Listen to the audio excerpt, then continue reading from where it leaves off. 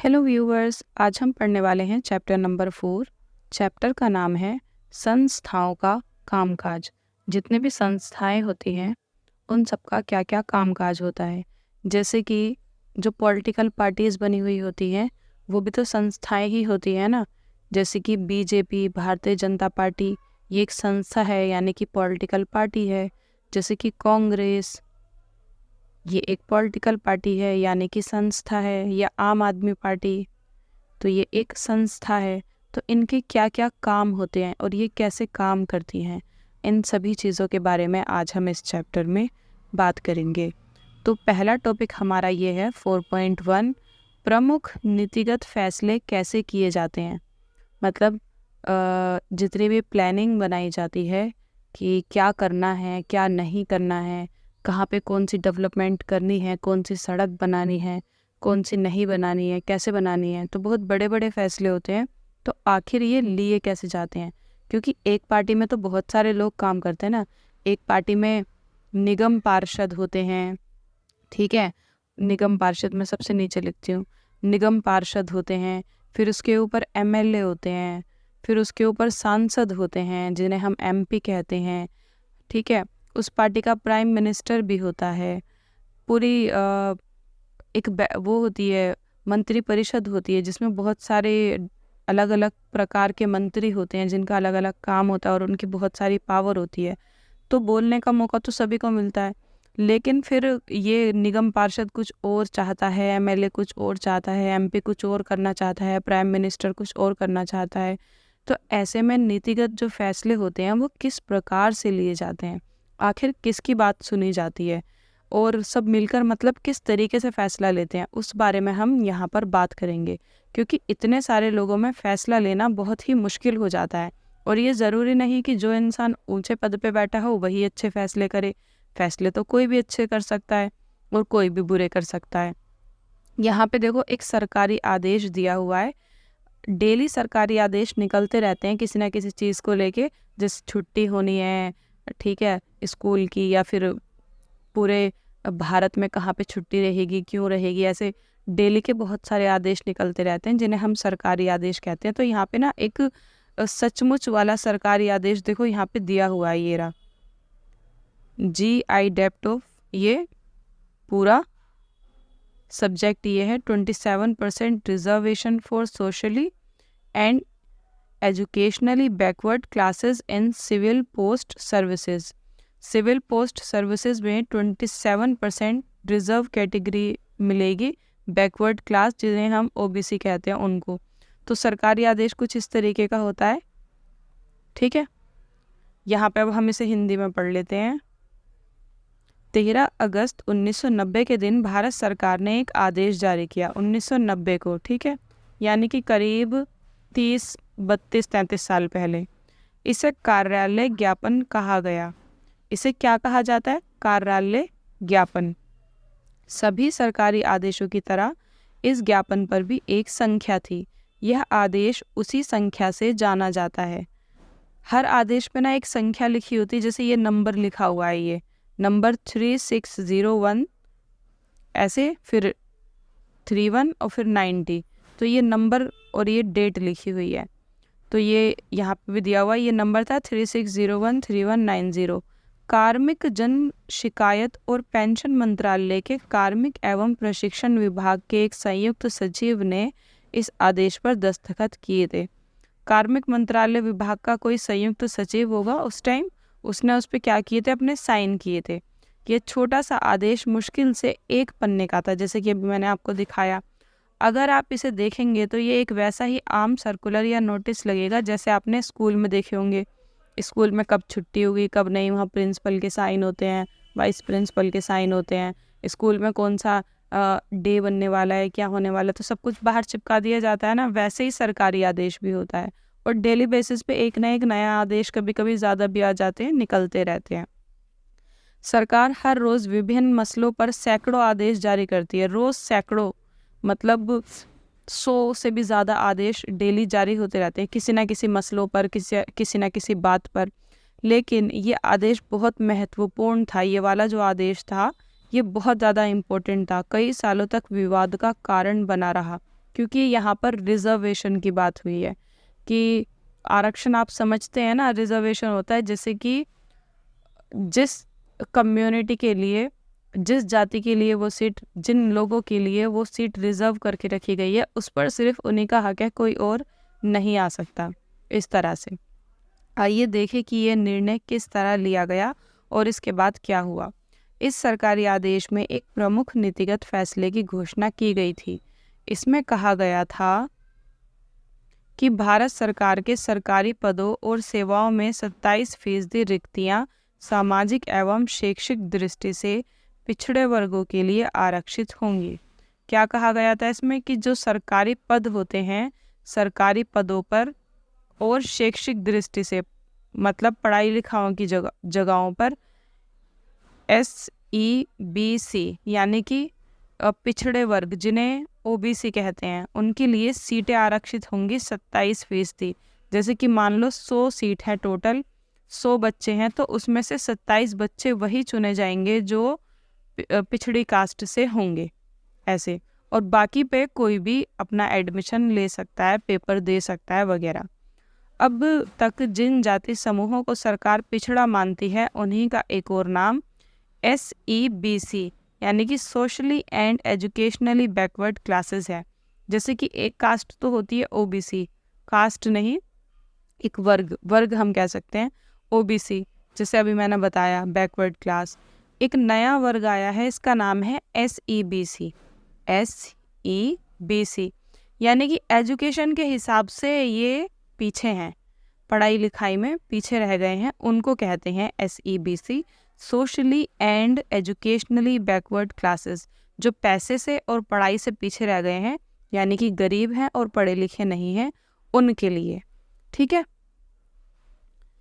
तो यहाँ पर अब तक नौकरी में आरक्षण का लाभ केवल अनुसूचित जाति और जनजातियों को ही मिल रहा था, यानी कि SC और ST सिर्फ इन्हें ही मिलता था। अनुसूचित जाति और जनजाति मैंने आपको लास्ट चैप्टर में भी समझाया था, लेकिन अभी ये इनको भी मिलने लग गया है, ये SEBC।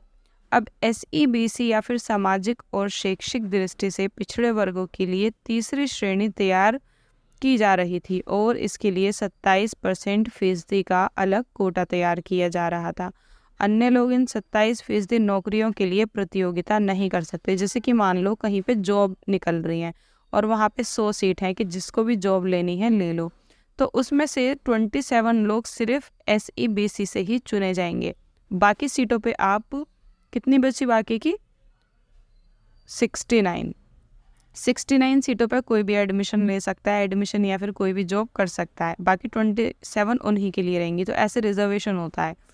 तो बाकी लोग इससे मतलब चिढ़ जाते हैं जो रिजर्वेशन में नहीं आते, क्योंकि फिर उनके लिए मुश्किल हो जाती है ना, इसलिए।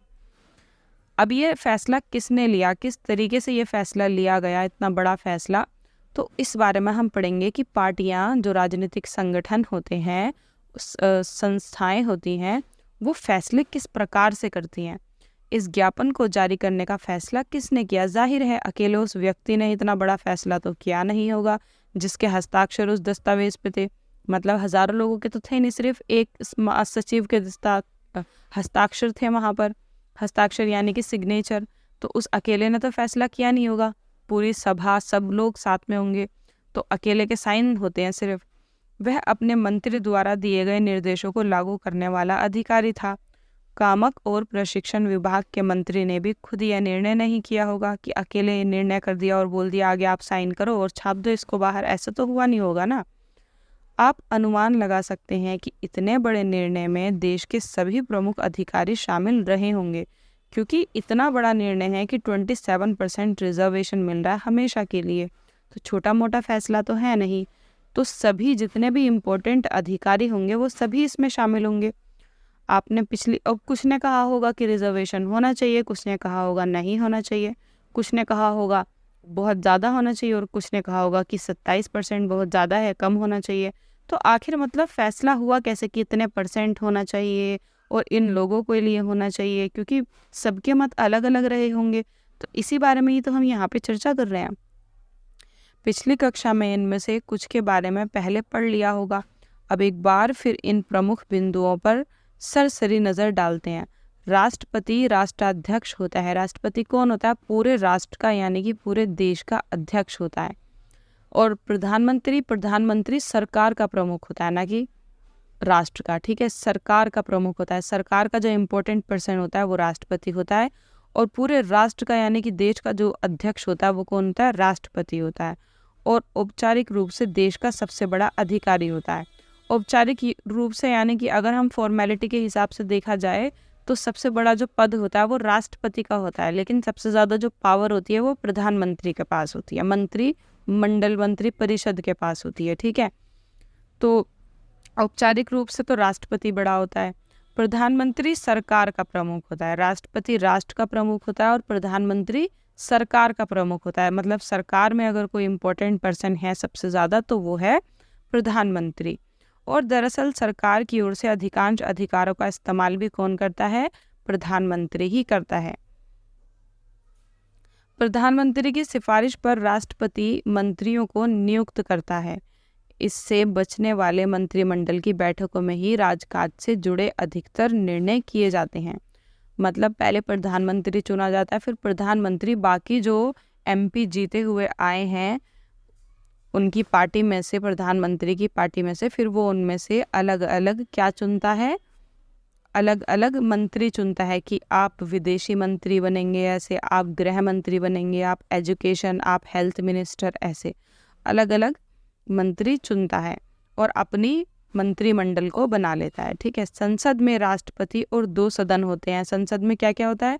एक राष्ट्रपति होता है और 2 सदन होते हैं। सदन यानी कि 2 ग्रुप होते हैं, जिसमें से पहले को कहते हैं लोकसभा और दूसरे को कहते हैं राज्यसभा। प्रधानमंत्री को लोकसभा के सदस्य के बहुमत का समर्थन हासिल होना जरूरी है।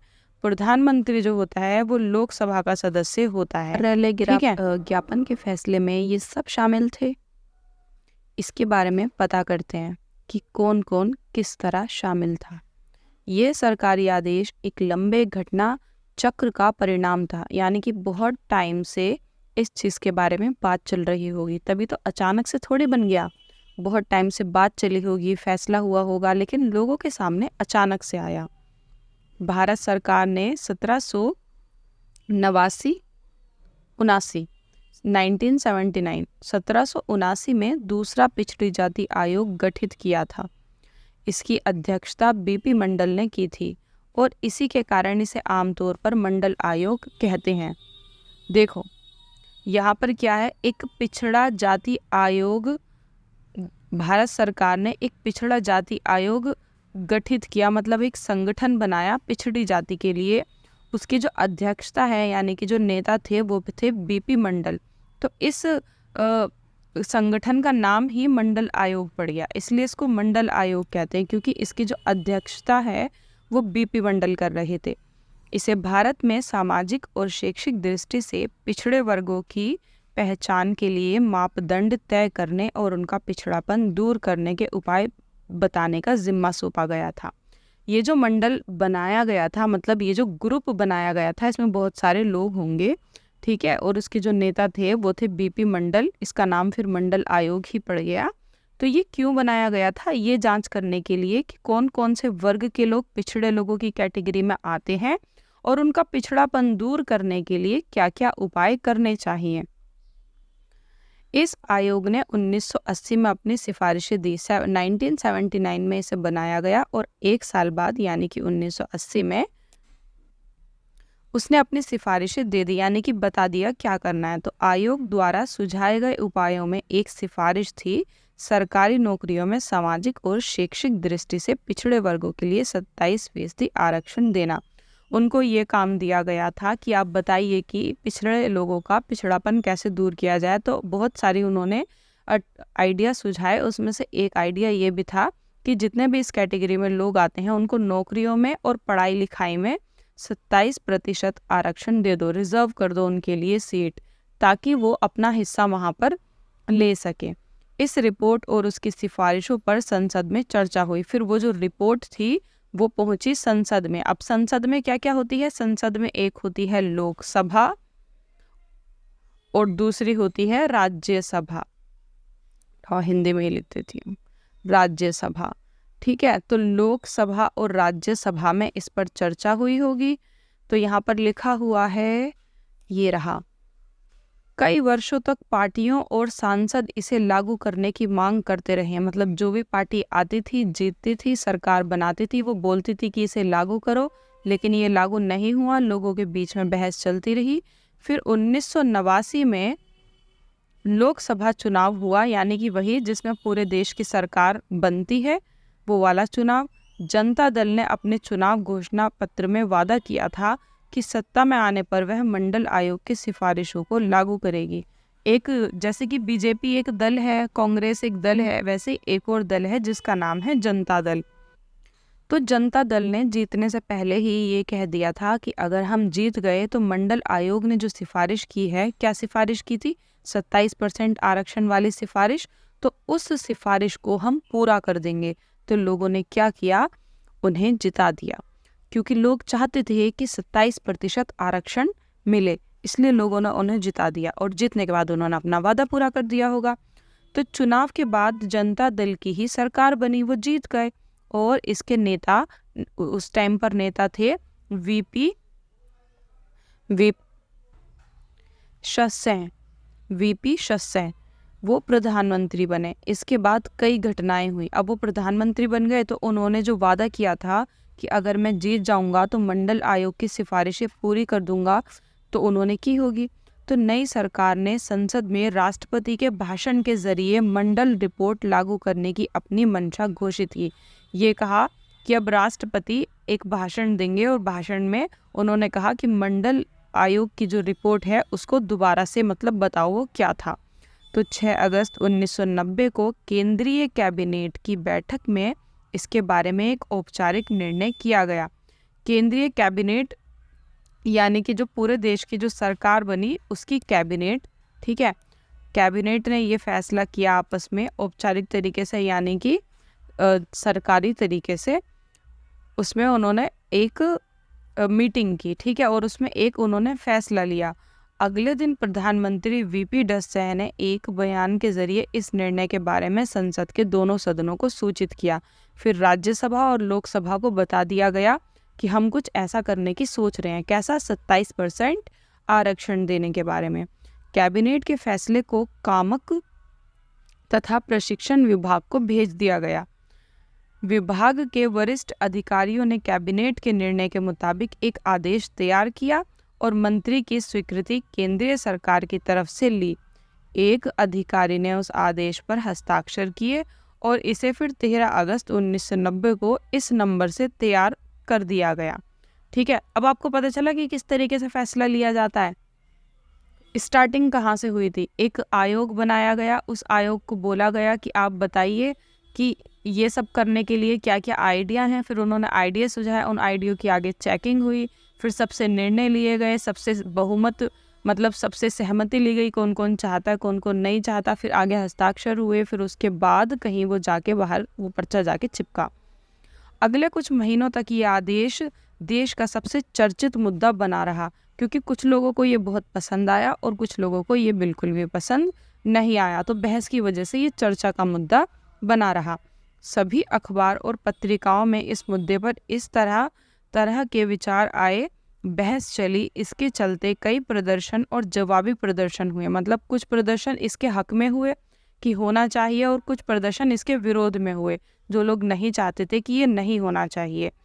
इनमें से कुछ हिंसक भी थे, यानी कि लड़ाई वड़ाई वाले, जिसमें प्रदर्शन में लोगों ने लड़ाइयाँ की होंगी, बसें वगैरह जलाई होंगी, पब्लिक प्रॉपर्टी को, गवर्नमेंट प्रॉपर्टी को नुकसान पहुंचाया होगा, उसे कहते हैं हिंसक।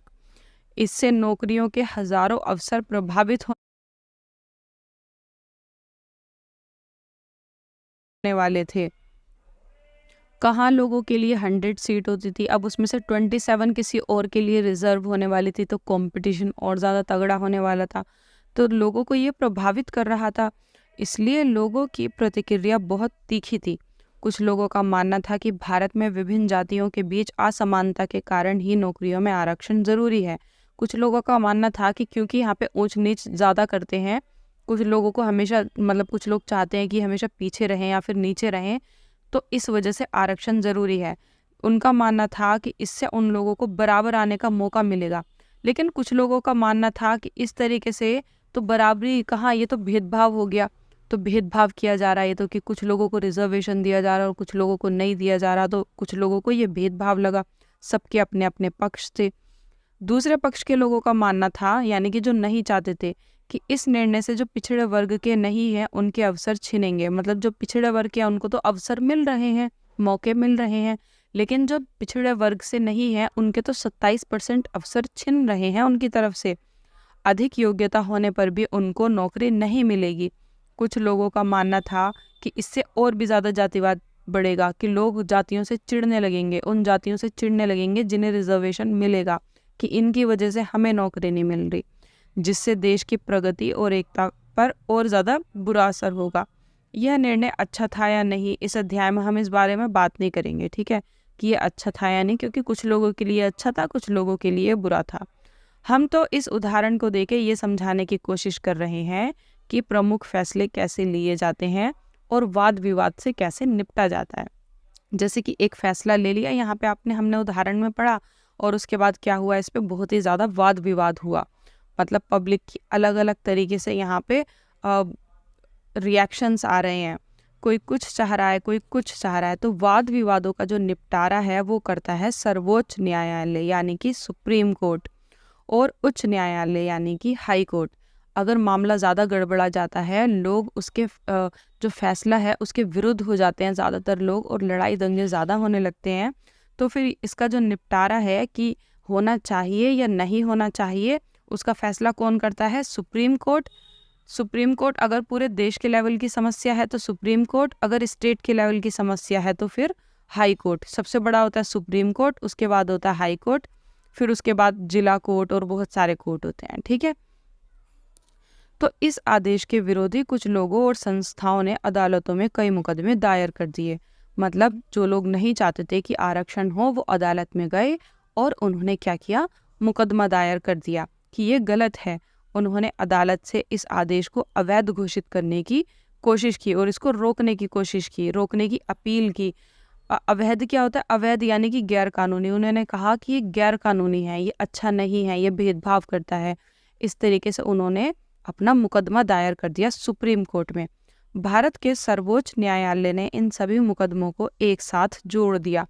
इस मुकदमे को इंदिरा साहनी एवं अन्य बनाम भारत मामला कहा गया, ठीक है। अब लोगों ने अलग अलग मुकदमे दायर किए, कहीं से कोई, कहीं से कोई, हजारों लाखों लोग ऐसे मुकदमे दायर कर रहे हैं, तो एक एक से नहीं लड़ेंगे ना, सब एक ही वजह से लड़ना चाहते हैं, सब एक ही चीज़ पे लड़ना चाहते हैं मुकदमा। तो उन सब का जो है एक नाम दे दिया सुप्रीम कोर्ट में, इंदिरा साहनी एवं बनाम भारत मामला, भारत सरकार मामला, क्योंकि ये भारत सरकार के खिलाफ मामला हो गया ना, सरकार ने ही तो ये फैसला लिया, तो भारत सरकार के खिलाफ इंदिरा साहनी का मामला, ये इस केस का नाम रख दिया, ठीक है।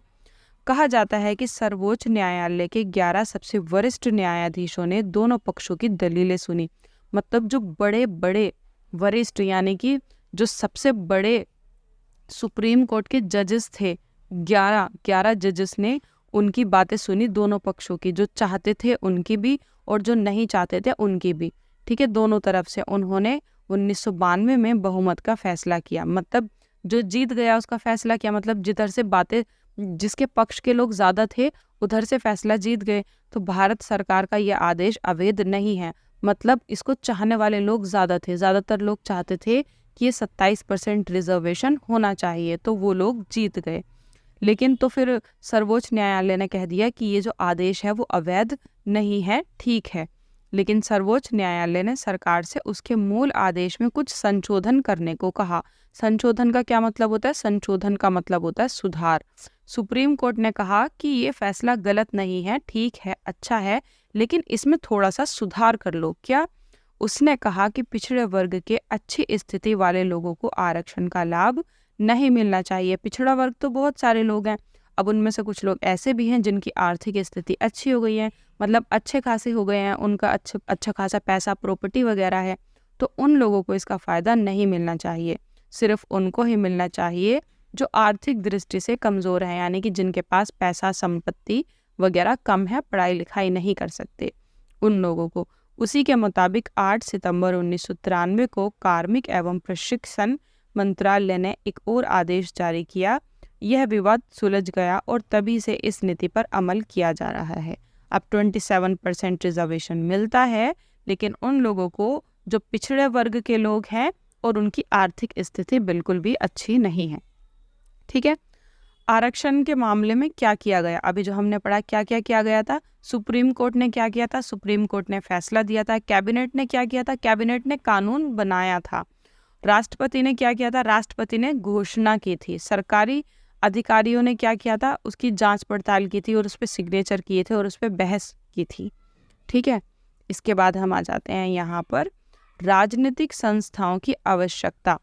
यहाँ पे जो बात हो रही है राजनीतिक संस्थाओं की, यहाँ पे सिर्फ पार्टियों की बात नहीं हो रही है, राजनीतिक दल की और भी बहुत सारी संस्थाएं होती हैं। जैसे कि मंडल आयोग बनाया गया था, ये मंडल आयोग ओबीसी के लिए। ऐसे बहुत सारे आयोग बनाए जाते रहे हैं टाइम टाइम पर, कभी किसी काम के लिए, कभी किसी काम के लिए, क्योंकि सरकार खुद तो सारे काम नहीं कर सकती ना। तो आखिर इन आयोग की हमें ज़रूरत क्यों है, इन संस्थाओं की हमें ज़रूरत क्यों है, हम इस बारे में बात करते हैं। सीधी सी बात तो ये है कि सरकार ये सारे काम नहीं कर सकती ना, वो हर चीज़ में तो अच्छी नहीं हो सकती ना। तो जो जिस चीज़ में एक्सपर्ट होगा उनसे वो सरकार राय लेती है, उसके बाद अपने फैसले करती है। हमने एक उदाहरण से देखा कि सरकार कैसे काम करती है। किसी देश को चलाने में इस तरह की कई गतिविधियां शामिल होती हैं। मिसाल के तौर पर सरकार पर नागरिकों की सुरक्षा सुनिश्चित करने और सबको शिक्षा एवं स्वास्थ्य सुविधाएं मुहैया कराने की जिम्मेदारी किसकी होती है, सरकार की होती है। तो सरकार कैसे करती है इतना बड़ा बड़ा काम, वो भी इतने बड़े लेवल पर, मतलब करोड़ों लोग हैं देश में, हर एक का ध्यान रखना। तो और सरकार में इतने लोग तो होते नहीं, तो वो सब काम कैसे होता है मिलजुल कर। वह कर इकट्ठा करती है, यानी कि टैक्स लेती है लोगों से और इसे सेना पर, पुलिस पर, विकास कार्यक्रमों पर खर्च करती है। सरकार के पास पैसा कहाँ से आता है, टैक्स से आता है। और टैक्स हम कैसे भरते हैं, कुछ लोग तो टैक्स अपनी इनकम में से भरते हैं, ठीक है, लेकिन कुछ टैक्स हमारा इनडायरेक्ट जाता है, हमें पता भी नहीं चलता और हमने टैक्स भर भी दिया। जैसे कि मान लीजिए हमने 10 रुपये का बिस्किट खरीदा, ठीक है, अब वो जो बिस्किट था वो 9.5 रुपये का था, जिसमें 50 पैसे का टैक्स था। हमने दुकानदार को कितने दिए, 10 रुपये। अब ये जो 50 पैसे टैक्स था ये फालतू, ये डायरेक्ट चला जाएगा सरकार के पास। तो इस तरीके से हमने बिस्किट 10 का खरीदा, हमें लगा 10 का ही था, लेकिन हमने टैक्स भी पे कर दिया और वो पैसा सरकार के पास चला जाता है। मतलब जब पीछे से कंपनी से चीज़ बन के आती है तो वो टैक्स वहीं से कट जाता है, फिर हम उसे पे करते हैं, जैसे मैंने अभी समझाया। तो एक वो वाला टैक्स होता है और दूसरा टैक्स होता है जो लोग अपनी इनकम में से भरते हैं। तो वो सब सरकार को मिलता है और वो सब सरकार किस पे खर्च करती है, हमारे ऊपर। जैसे कि निर्माण कार्य कोई भी हो गया, सड़क बनाना, स्कूल, हॉस्पिटल, सुविधाएं, ठीक है, पुलिस पर, सेना पर, वो सारा पैसा कार्यक्रमों पर खर्च किया जाता है। वह विभिन्न कल्याणकारी योजनाएं बनाकर उन्हें लागू करती है। जैसे कि बहुत सारी योजनाएं बनाई जाती हैं, लाडली योजना में लड़कियों को 1 लाख रुपए मिलेंगे, या फिर जो बच्चा 90% लाएगा उसका एडमिशन फ्री होगा। तो वो सारे पैसे कौन भरता है, सरकार भरती है। और वो पैसा कहाँ से आता है, टैक्स से आता है। लोगों को इन्हें लागू करना होता है। अगर इन फैसलों या फिर लागू करने में कोई विवाद उठता है तो ये तय करने वाला कोई होना चाहिए कि क्या सही है और क्या गलत है। सबके लिए जानना ज़रूरी है कि कौन किस काम को करने के लिए जिम्मेदार है। ये भी ज़रूरी है कि भले ही प्रमुख पदों पर बैठे लोग बदल जाएं, लेकिन ये गतिविधियां जारी रहें। जैसे कि आपने ऊपर जो हमने उदाहरण देखा मंडल आयोग वाला, मंडल आयोग बहुत पहले बन गया था ना, उसके बाद तो कई बार सरकार चेंज हो चुकी और हर बार सरकार चाहती थी कि रिजर्वेशन हो, कभी कोई पार्टी की सरकार, कभी कोई पार्टी की सरकार। तो बेशक जो प्रमुख पदों पर लोग बैठे हैं, यानी कि जो सरकार है वो बदलती रहे, लेकिन जो गतिविधियां हैं, काम करने की गतिविधियां, वो जारी रहनी चाहिए। तो वो कौन करेगा, वो करेंगी संस्थाएं। तो संस्थाएं जो है वो निरंतर चलती रहती हैं, सरकार बदलती रहती है और संस्थाएं अपना काम करती रहती हैं, क्योंकि कोई संस्था किसी चीज़ में एक्सपर्ट है, कोई संस्था किसी चीज़ में एक्सपर्ट है। जैसे अभी एससी जाति के जो लोग हैं उनके लिए अलग संस्था काम करेगी, एसटी के लिए, जनजाति के लिए जो लोग हैं उनके लिए अलग संस्था काम करेगी। तो हर किसी के लिए अलग अलग संस्थाएं काम करती हैं। जैसे कि मान लीजिए सड़क निर्माण के लिए अलग संस्था होगी जो इस चीज़ में एक्सपर्ट होगी कि सड़क कैसे बननी चाहिए, कहाँ से कौन सा रोड निकलना चाहिए, तो वो एक्सपर्ट है। अब नेता तो हर चीज़ में एक्सपर्ट नहीं हो सकते ना, इसलिए संस्थाएं बनाई जाती हैं ताकि काम पूरे एक्सपर्ट तरीके से हो सके। लिहाजा सभी आधुनिक लोकतांत्रिक देशों में इन कामों को देखने के लिए विभिन्न व्यवस्थाएं की गई हैं। इस तरह की व्यवस्थाओं को संस्थाएं कहते हैं। कोई भी लोकतंत्र तभी ठीक से काम करता है जब ये संस्थाएं अपने काम को अच्छी तरह करती हैं। किसी भी देश के संविधान में प्रत्येक संस्था के अधिकारों और कार्यों के बारे में बुनियादी नियमों का वर्णन होता है। दिए गए उदाहरण में हम इस तरह की संस्थाओं के काम को देखेंगे। अब हम यहाँ पर देखेंगे कि संस्थाएं किस तरीके से कौन कौन से काम करती हैं। जैसे कि प्रधानमंत्री और कैबिनेट ऐसी संस्थाएं हैं जो सभी महत्वपूर्ण नीतिगत फैसले करती हैं। जितने भी इम्पोर्टेंट फैसले होते हैं, कानून बनाए जाते हैं, वो सारे फैसले कौन करता है? प्रधानमंत्री और कैबिनेट। ठीक है, इसे हिंदी में मंत्रिमंडल कहते हैं। इसमें सारे इम्पोर्टेंट नेता होते हैं और प्रधानमंत्री, तो ये सब मिलकर फैसले करते हैं कि क्या करना चाहिए और क्या नहीं करना चाहिए। मंत्रियों द्वारा किए गए फैसले को लागू करने के उपायों के लिए एक निकाय के रूप में नौकरशाह जिम्मेदार होते हैं। अब मंत्री जो फैसले करते हैं उन्हें लागू कैसे करना है, उनके लिए नौकरशाह जिम्मेदार होते हैं। ये नौकरशाह वो वाले नौकर नहीं है घर में झाड़ू पोछा करने वाले, नौकरशाही कहते हैं सिविल सर्विसेज जैसे IAS IPS, उनसे नीचे पुलिस प्रशासन वगैरह वो सब नौकरशाही में आते हैं, तो वो सब उनको लागू करने के लिए जिम्मेदार रहते हैं।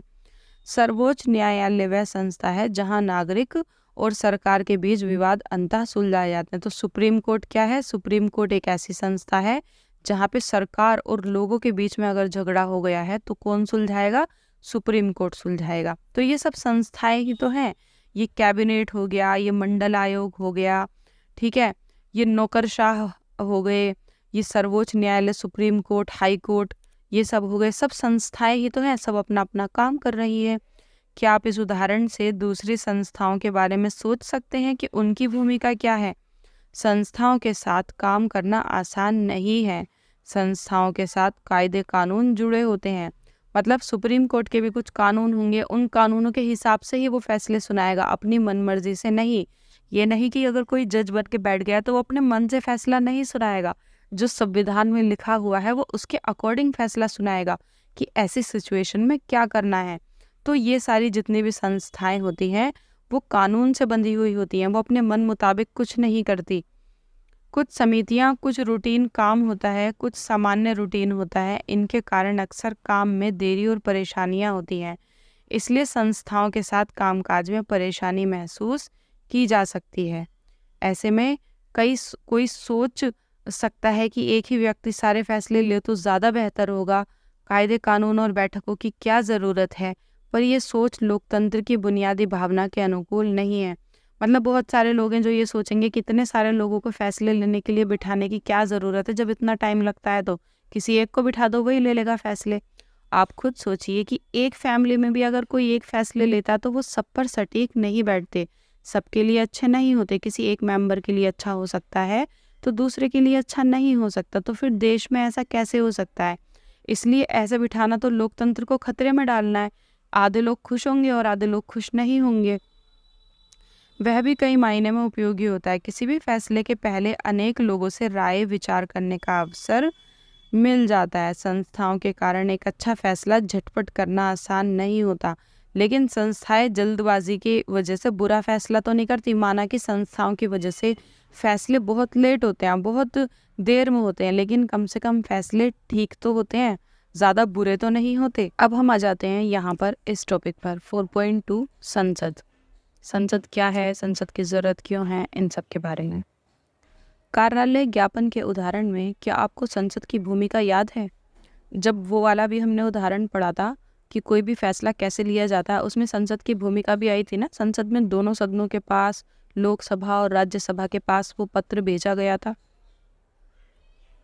तो शायद नहीं, क्योंकि ये फैसला संसद ने नहीं किया था, लिहाजा आपको लग सकता है कि इस फैसले में संसद की कोई भूमिका नहीं थी। लेकिन पहले हम कुछ घटनाओं पर नज़र डालकर देखते हैं कि क्या उनमें संसद का कहीं कोई जिक्र था। हम उन्हें निम्नलिखित वाक्यों को पूरा करके याद करने की कोशिश करते हैं। अब हम यहाँ पर देखेंगे कि जब कोई फैसला लिया जाता है तो उसमें संसद की क्या भूमिका होती है। पहले तो हम संसद को समझ लें कि संसद के 3 हिस्से होते हैं, ठीक है। संसद के 3 हिस्से होते हैं। एक होता है लोकसभा, एक होता है राज्यसभा, ये दोनों सभा होती है, और एक होता है राष्ट्रपति, ठीक है। राष्ट्रपति, संसद भवन जो है वो राष्ट्रपति का कोई घर नहीं है, राष्ट्रपति उसका एक हिस्सा होता है। तो राष्ट्रपति क्या होता है? संसद का एक हिस्सा होता है, एक पद होता है। लोकसभा, राज्यसभा और राष्ट्रपति, तो ये संसद के हिस्से हैं। मंडल आयोग की रिपोर्ट पर चर्चा हुई थी। अभी जब हमने उदाहरण पढ़ा था तो क्या क्या हुआ था, उसमें एक मंडल आयोग था ना, पहले उसने चर्चा की थी, फिर भारत के राष्ट्रपति से इसका जिक्र किया था, फिर क्या किया था, प्रधानमंत्री ने फैसला सीधे संसद में नहीं किया था, लेकिन इस रिपोर्ट पे चर्चा हुई थी जिससे सरकार प्रभावित हुई थी। इसकी वजह से सरकार पर मंडल आयोग की सिफारिश पर कार्रवाई करने के लिए दबाव पड़ा। अगर संसद इस फैसले के पक्ष में नहीं होती तो सरकार ये कदम नहीं उठा सकती थी। क्या आप अंदाज़ा लगा सकते हैं कि क्यों सरकार ये कदम नहीं उठा सकती थी? आपने पहले की कक्षा में संसद के बारे में जो पढ़ा है उसे याद करने की कल्पना करें। खैर देखो, मैं यहाँ पे आपको समझाती हूँ कि जब फैसला हुआ था तो उससे पहले जो वो एक पेपर था जिस पे लिखा हुआ था पूरा मंडल आयोग की सिफारिश ये थी कि ऐसे ऐसे 27% आरक्षण करना है, वो पहले लोकसभा में गया था, उसके बाद राज्यसभा में गया था। सबसे पहले तो राष्ट्रपति की मंजूरी ली गई थी कि इसको पेश करें या नहीं करें। राष्ट्रपति ने कह दिया यस पेश करो, फिर लोकसभा में पेश किया, फिर राज्यसभा में पेश किया, लोकसभा में भी पास हो गया, यानी कि ज़्यादातर लोगों ने कहा हाँ हाँ ठीक है। राज्यसभा में भी ज़्यादातर लोगों ने कहा हाँ हाँ ठीक है, तो ज़्यादा वोट हाँ के लिए आए, इसलिए वो पास हो गया। तो मेन तो यहाँ पे फिर लोकसभा और राज्यसभा रही ना, मेन तो लोकसभा संसद रही ना यहाँ पे, कि संसद में राष्ट्रपति की अनुमति ली गई, लोकसभा राज्यसभा सब संसद के ही तो हिस्से हैं। तो इसका मतलब संसद का तो बहुत बड़ा रोल है कि अगर कोई भी फैसला लिया जाता है तो उसमें तो संसद का बहुत बड़ा रोल होता है। अब यहाँ पर हमें संसद की आवश्यकता क्यों है, कि आखिर हमें संसद क्यों चाहिए? हर लोकतंत्र में निर्वाचित जनप्रतिनिधियों की सभा जनता की ओर से सर्वोच्च राजनीतिक अधिकार का प्रयोग करती है। देखो, कहीं पे भी किसी भी तरीके से अगर चुनाव होते हैं तो उसका एक ग्रुप भी तो बनता होगा। हमारे यहाँ पर उस ग्रुप को संसद कहते हैं। भारत में निर्वाचित प्रतिनिधियों की राष्ट्रीय सभा को संसद कहा जाता है। भारत में जितने भी प्रतिनिधि, जैसे कि पहले हमने पढ़ा नहीं था, देश को 543 निर्वाचन क्षेत्रों में बांटा जाता है। हर क्षेत्र से अलग अलग MP चुने जाते हैं, यानी कि मेंबर ऑफ पार्लियामेंट, जिन्हें हिंदी में हम सांसद कहते हैं, वो चुने जाते हैं 543 हर एक एरिया से, और फिर उनका एक ग्रुप बनाया जाता है जो मिलकर काम करते हैं, ठीक है। तो इंडिया में, भारत में उसको, उस राष्ट्रीय सभा को संसद कहते हैं। कहीं पे कुछ और कहते हैं, किसी देश में कुछ और कहते हैं, अलग अलग देशों में इसका नाम अलग अलग हो सकता है। हमारे देश में इसका नाम क्या है? संसद है। राज्य स्तर पर इसे विधानसभा कहते हैं। और फिर ऐसे ही स्टेट लेवल पे जो चुनाव होते हैं उसमें राज्यसभा वाले चुनाव होते हैं, विधानसभा, उसमें विधानसभा वाले चुनाव होते हैं, विधानसभा, और उसमें क्या चुने जाते हैं? उसमें MLA चुने जाते हैं। तो MLA का जो पूरा ग्रुप होता है उसको क्या कहते हैं? जैसे कि यहाँ पे लोकसभा राज्यसभा होती है, ऐसे ही इसमें विधानसभा और विधान परिषद होती है स्टेट लेवल पर, ठीक है। अलग अलग देशों में इनके नाम अलग अलग हो सकते हैं, पर हर लोकतंत्र में निर्वाचित प्रतिनिधियों की सभा होती है। जितने भी लोकतांत्रिक देश हैं, जिन जिन देशों में वोटिंग सिस्टम है, वोट देकर नेता चुना जाता है, तो वहाँ पे नेताओं का ग्रुप ज़रूर बनाया जाता है। कहीं पे उस ग्रुप को लोकसभा कहते हैं, कहीं पे उस ग्रुप को कुछ और भी कह सकते हैं। तो हमारे देश में तो उसको लोकसभा, राज्यसभा और स्टेट लेवल पे विधानसभा और विधान परिषद कहते हैं। दूसरे देशों में कुछ भी कह सकते हैं, लेकिन हाँ इतना कन्फर्म है कि हर देश में ये ग्रुप बनाया जाता है ताकि राजनीतिक अधिकारों का प्रयोग किया जा सके और फैसले किए जा सके, ठीक है। किसी भी देश में कानून बनाने का सबसे बड़ा अधिकार संसद को होता है। कोई भी देश हो, अगर वो लोकतंत्र है तो वहाँ पे, जैसे कि यहाँ पे संसद है, कहीं पे कुछ और नाम हो सकता है, तो सबसे ज़्यादा जो कानून बनाने का जो हक होता है वो किसको होता है? संसद को। कानून बनाने या विधि निर्माण का ये काम इतना महत्वपूर्ण होता है कि इन सभाओं को विधायिका कहते हैं। ये जो सभाएं होती हैं, लोकसभा, राज्यसभा, इनको हम विधायिका भी कहते हैं। ठीक है, आपने पढ़ा होगा, देखो मैं यहाँ पे आपको बताती हूँ। आपने पढ़ा होगा ऐसे सरकार के 3 अंग माने जाते हैं। कौन कौन से? एक होता है न्यायपालिका, एक होता है कार्यपालिका, कार्यपालिका बीच में होता है, कार्यपालिका, और पहला यहाँ पे लिखा होता है विधायिका। ये आपने हर जगह मतलब चैप्टर में पहले भी पढ़ा होगा, विधायिका। तो विधायिका से क्या मतलब है? विधायिका यानी कि विधायक बनाने वाली, कानून बनाने वाली। विधायिका को हम संसद भी कह सकते हैं। यहाँ पे विधायिका जो मतलब होता है ना, देखो कार्यपालिका का मतलब होता है जितने भी गवर्नमेंट सर्विस में काम कर रहे लोग होते हैं ना, जैसे पूरा पुलिस प्रशासन, ठीक है, पूरा IAS लेवल, IPS लेवल, जितना भी शासन प्रशासन का काम होता है वो सब जो संभालते हैं वो कार्यपालिका में आते हैं, नौकरशाही जिसे हम कहते हैं। विधायिका यानी कि संसद, संसद जैसे कि लोकसभा, विधानसभा और राष्ट्रपति, प्रधानमंत्री, मंत्रिपरिषद, मंत्रिमंडल, वो सब विधायिका के अंदर आते हैं। पूरी संसद, पूरी संसद के जितने भी मेंबर हैं सबको विधायिका इसलिए कहते हैं यहाँ पे।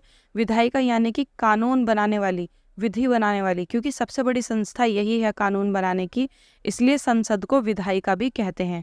समझ में आ गया? चलो फिर आगे चलते हैं। तो इसे हम विधायिका भी कहते हैं क्योंकि ये कानून बनाने की सबसे बड़ी संस्था है। दुनिया भर की संसदें नए कानून बना सकती हैं, मौजूदा कानूनों में संशोधन कर सकती हैं।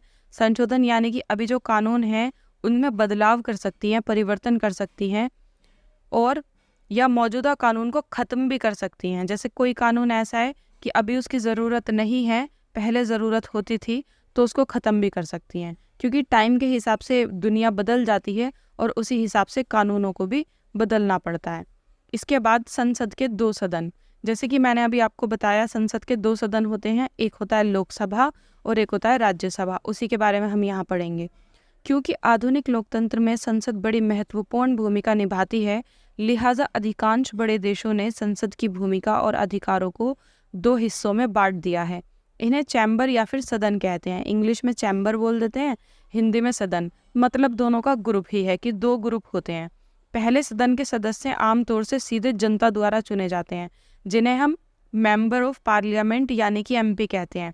ये वाले सीधे हम वोट डाल के चुनते हैं, और दूसरे वाले जो होते हैं राज्यसभा वाले, उनको हम वोट डाल के नहीं चुनते और जनता की ओर से असली अधिकारों का प्रयोग करते हैं। ठीक है, यानी कि पहले सदन जिसे हम लोकसभा कहते हैं, लोकसभा के जो मेंबर होते हैं वो सीधे लोगों द्वारा चुने जाते हैं। कैसे? वोट डाल के। दूसरे सदन के सदस्य अमूमन परोक्ष रूप से चुने जाते हैं। परोक्ष यानी कि सीधे रूप से नहीं चुने जाते, अप्रत्यक्ष रूप से चुने जाते हैं। उन्हें सीधा लोग वोटिंग नहीं करते और कुछ विशेष काम करते हैं। उनके बहुत सारे काम होते हैं, पढ़ेंगे अगर चैप्टर में होगा तो। दूसरे सदन का सामान्य काम विभिन्न राज्य, क्षेत्र और संघीय इकाइयों हितों की निगरानी करना है। देखो यहाँ फिर से समझते हैं, संसद के 2 ग्रुप होते हैं, एक हिस्सा उसका राष्ट्रपति भी होता है। अभी हम राष्ट्रपति की बात यहाँ पर नहीं कर रहे हैं, अभी हम करेंगे लोकसभा, और दूसरा कौन सा होता है? राज्यसभा। लोकसभा के 543 मेंबर ऑफ पार्लियामेंट यानी कि सांसद, इनको हम चुनते हैं। कैसे? वोट डालकर। लेकिन जो राज्यसभा के मेंबर होते हैं, और ये सरकार बनाते हैं, सरकार बना के लोगों के लिए सीधे काम करते हैं। लेकिन राज्यसभा के मेंबर हम नहीं चुनते। राज्यसभा के मेंबर नेता खुद आपस में चुनते हैं, जैसे भी, उसके बारे में अभी यहाँ पे बात होगी तो मैं समझा दूंगी। लेकिन इनको हम नहीं चुनते, ये खुद से चुने जाते हैं। और ये क्या काम करते हैं? ये करते हैं कि देश में जितने भी राज्य हैं, जितनी भी जगहें हैं, क्षेत्र हैं, संघीय इकाइयाँ, सबकी निगरानी करते हैं, उनके लिए काम करते हैं। मतलब स्टेट लेवल पे काम करते हैं, राष्ट्रीय लेवल पे काम करते हैं, लेकिन स्टेट के लिए, राज्यों के लिए। और ये सरकार पूरे देश के लिए, सारे लोगों के लिए काम करती है। ठीक है, हमारे देश में संसद के 2 सदन हैं। दोनों सदनों में एक को कहते हैं राज्यसभा यानी कि काउंसिल ऑफ स्टेट्स, और दूसरे को कहते हैं लोकसभा यानी कि हाउस ऑफ पीपल। यहाँ पे राज्यसभा और लोकसभा पहले क्यों लिखा है?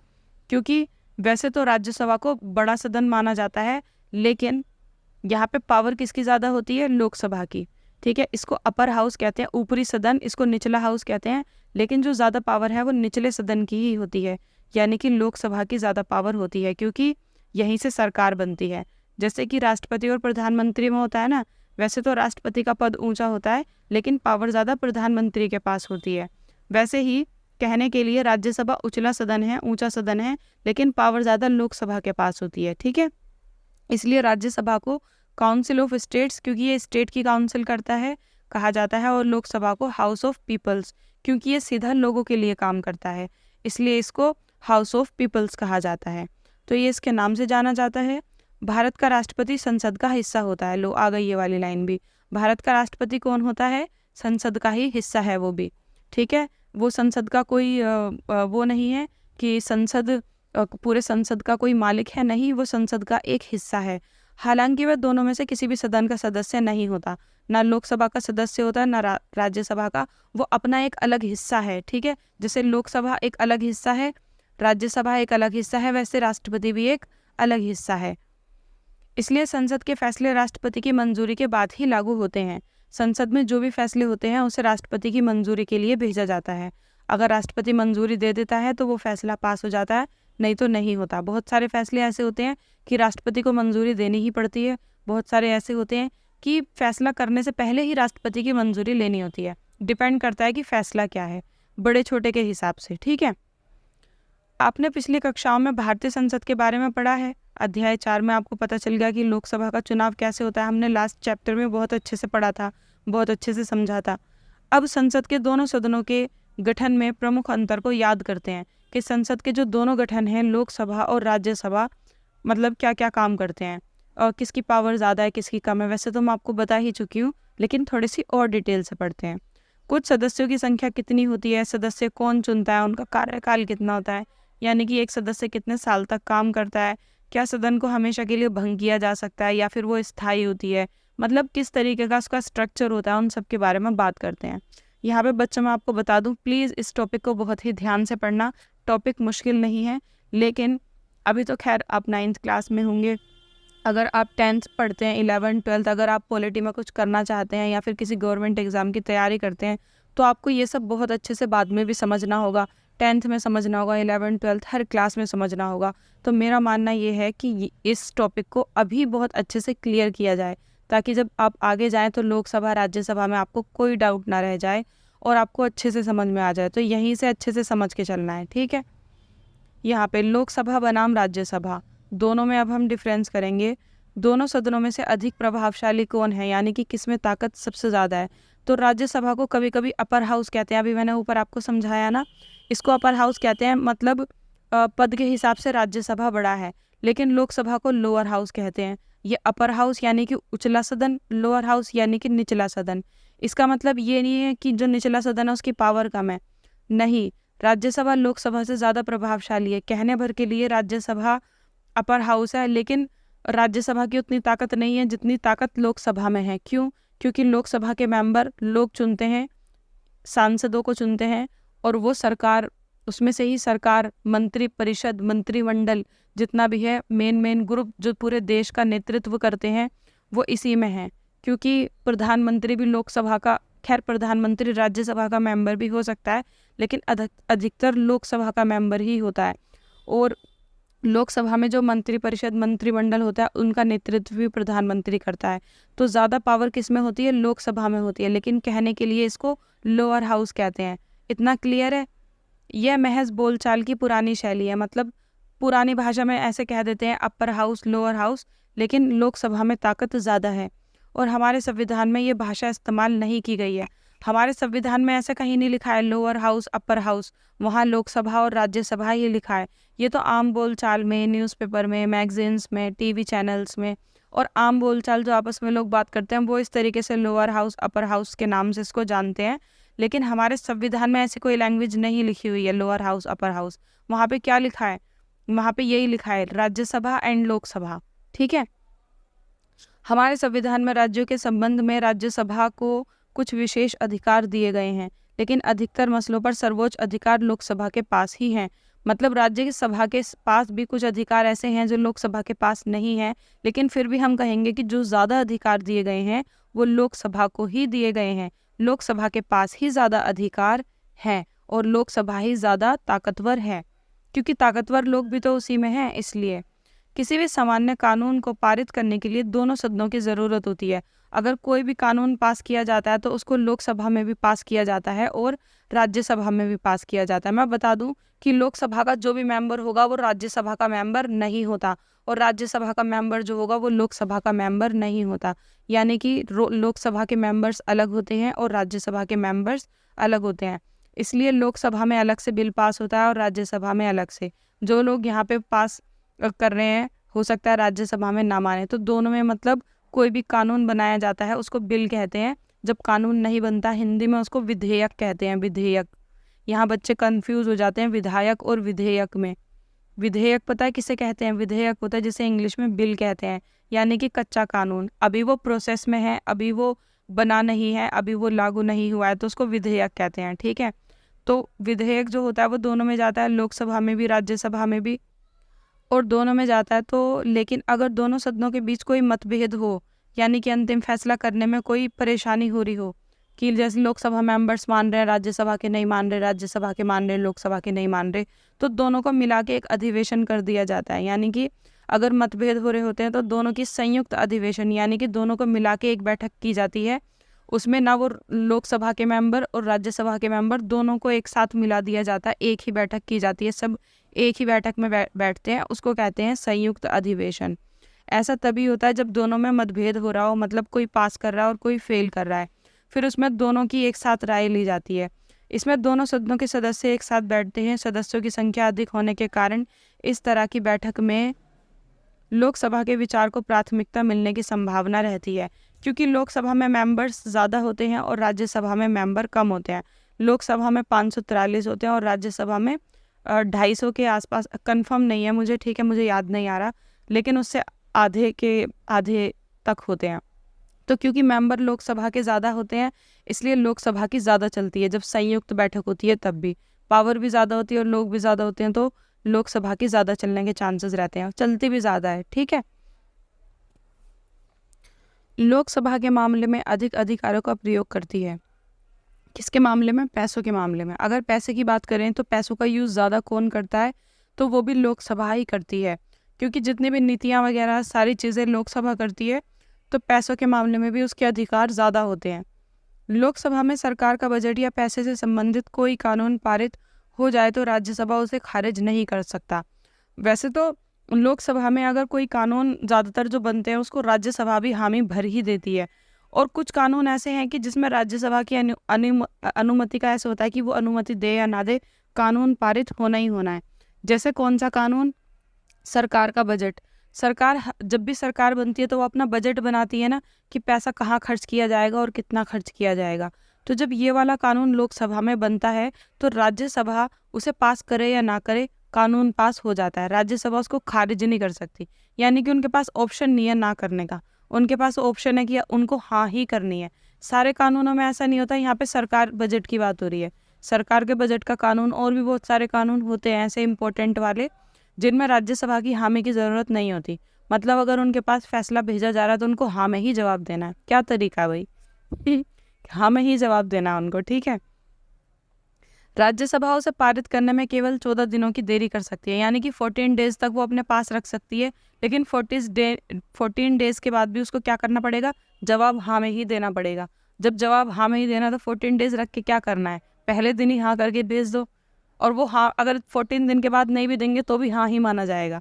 मतलब कुछ कानून ऐसे हैं कि उसमें राज्यसभा की हाँ और ना का कोई मतलब नहीं है। ठीक है, या उसमें संशोधन के सुझाव दे सकती है। वो संशोधन करने के लिए सिर्फ सुझाव दे सकती है, मतलब बोल सकती है कि एक बार इसको चेंज करके देख लो। अगर उनको कोई कमी नज़र आती है, राज्यसभा को अगर कोई कमी नज़र आती है तो वो सिर्फ सुझाव दे सकती है। वो ये नहीं कह सकती कि इसको चेंज करो ही करो, फिर उनकी मर्जी है लोकसभा की, वो चाहे तो सुझाव माने और चाहे तो ना माने। ठीक है, तो इसका मतलब ये हुआ कि लोकसभा की पावर बहुत ज़्यादा होती है। सीधा सीधा यहाँ पे हमें नज़र आ रहा है कि लोकसभा की पावर ज़्यादा होती है।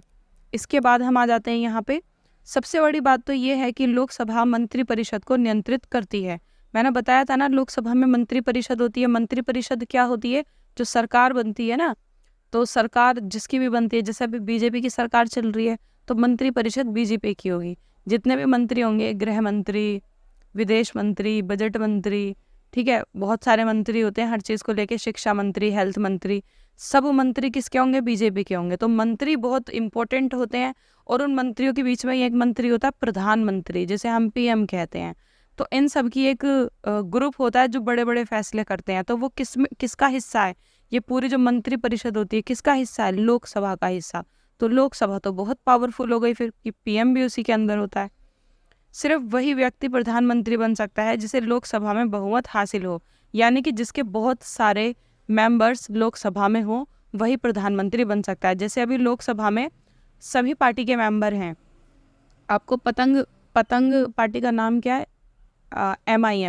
MIM के मेंबर्स मिल जाएंगे, कांग्रेस के, आपके, ठीक है, सब पार्टीज के मेंबर आपको उसमें मिल जाएंगे। लेकिन किसी के 2, किसी के 3, किसी के 50, किसी के 100, सबसे ज़्यादा जो आपको मेंबर मिलेंगे वो बीजेपी के मिलेंगे। इसीलिए बीजेपी का प्राइम मिनिस्टर बना हुआ है।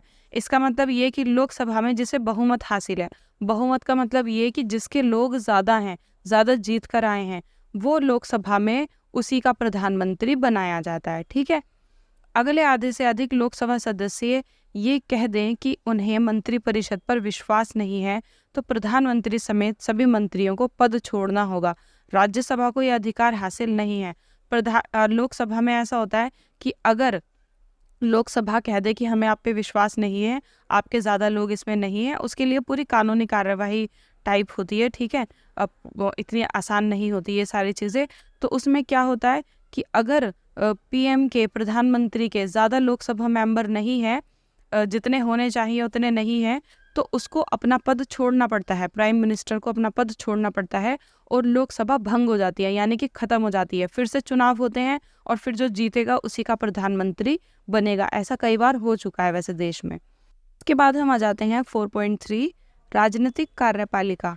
क्या आपको सरकारी आदेश की कहानी याद है जो हमने सबसे शुरू में पढ़ी थी? हमने पाया था कि जिस व्यक्ति ने इस दस्तावेज पर हस्ताक्षर किए थे उसने ये फैसला अकेले नहीं किया था। उससे पहले ये फैसला बहुत लोगों के पास डिबेट का हिस्सा बन के आ रहा था। मतलब किसी एक ने ये फैसला नहीं किया था, बस उस पर जो साइन किए थे वो सिर्फ एक व्यक्ति ने किए थे। वह केवल एक नीतिगत फैसले को लागू कर रहा था। उसने साइन किए थे लागू करने के लिए कि हाँ अब ये फैसला लागू हो रहा है, जिसे किसी और ने किया था। हमने ये फैसला करने में प्रधानमंत्री की भूमिका भी देखी थी, लेकिन हम ये भी जानते हैं कि अगर उन्हें लोकसभा का समर्थन नहीं होता तो वो फैसला नहीं कर सकते थे। इस अर्थ में सिर्फ संसद की मर्जी को लागू कर रहे थे। इसी तरह किसी भी सरकार के विभिन्न स्तरों पर हमें ऐसे अधिकार मिलते हैं जो रोज़मर्रा के फैसले करते हैं, लेकिन ये नहीं कहा जा सकता कि वे फैसले जनता के द्वारा दिए गए सबसे बड़े अधिकार का इस रूप में इस्तेमाल कर रहे हैं। इन सभी अधिकारियों को सामूहिक रूप से कार्यपालिका के रूप में कहा जाता है।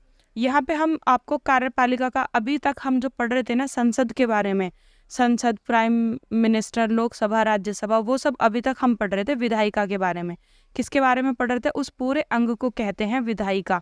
विधायिका इसलिए क्योंकि वो कानून बनाती है। ठीक है, विधायिका बोले या फिर संसद बोले, एक ही बात है बच्चे, इसमें कंफ्यूज नहीं होना। कहीं संसद लिखा होता है, कहीं विधायिका लिखी होती है।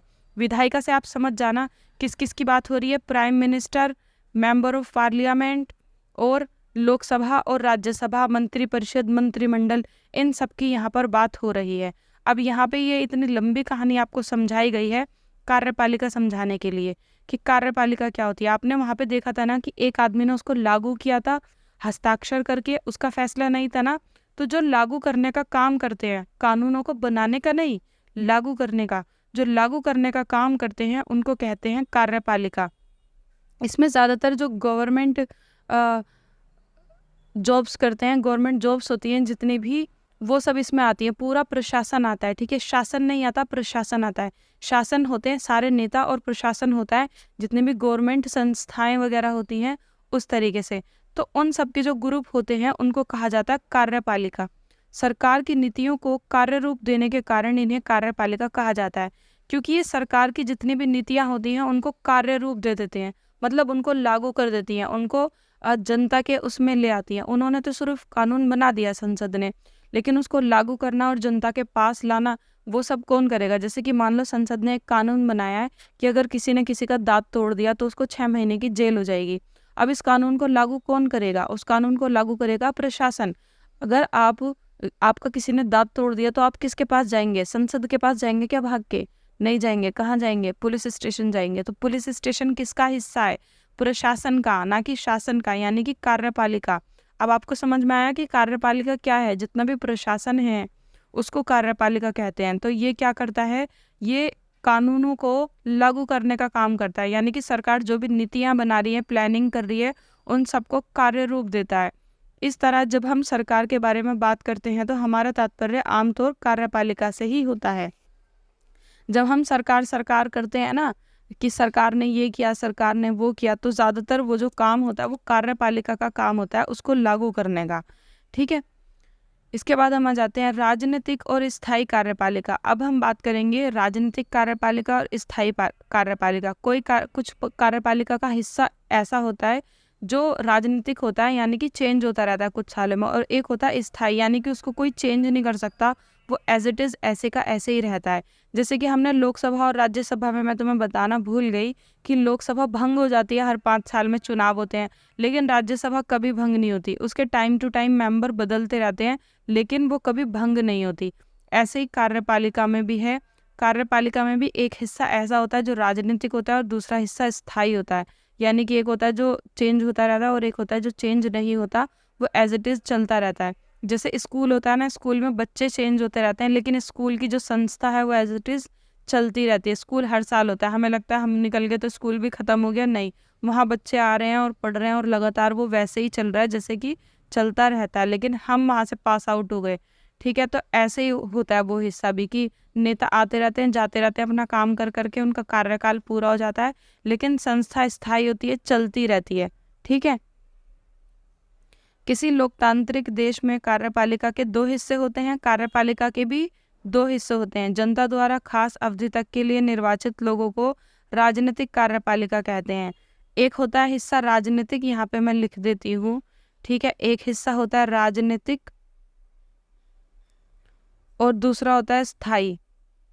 तो जो जनता द्वारा चुना जाता है, यानी कि वोटिंग से चुना जाता है, वोट करके, उस हिस्से को कहते हैं राजनीतिक हिस्सा, और ये चेंज हो जाता है। ये राजनीतिक व्यक्ति होते हैं जो बड़े फैसले करते हैं, यानी कि नेता वगैरह होते हैं। तो लोगों को अगर अच्छे नहीं लगते तो लोग अगले साल किसी और को वोट डाल देते हैं और ये हट जाते हैं।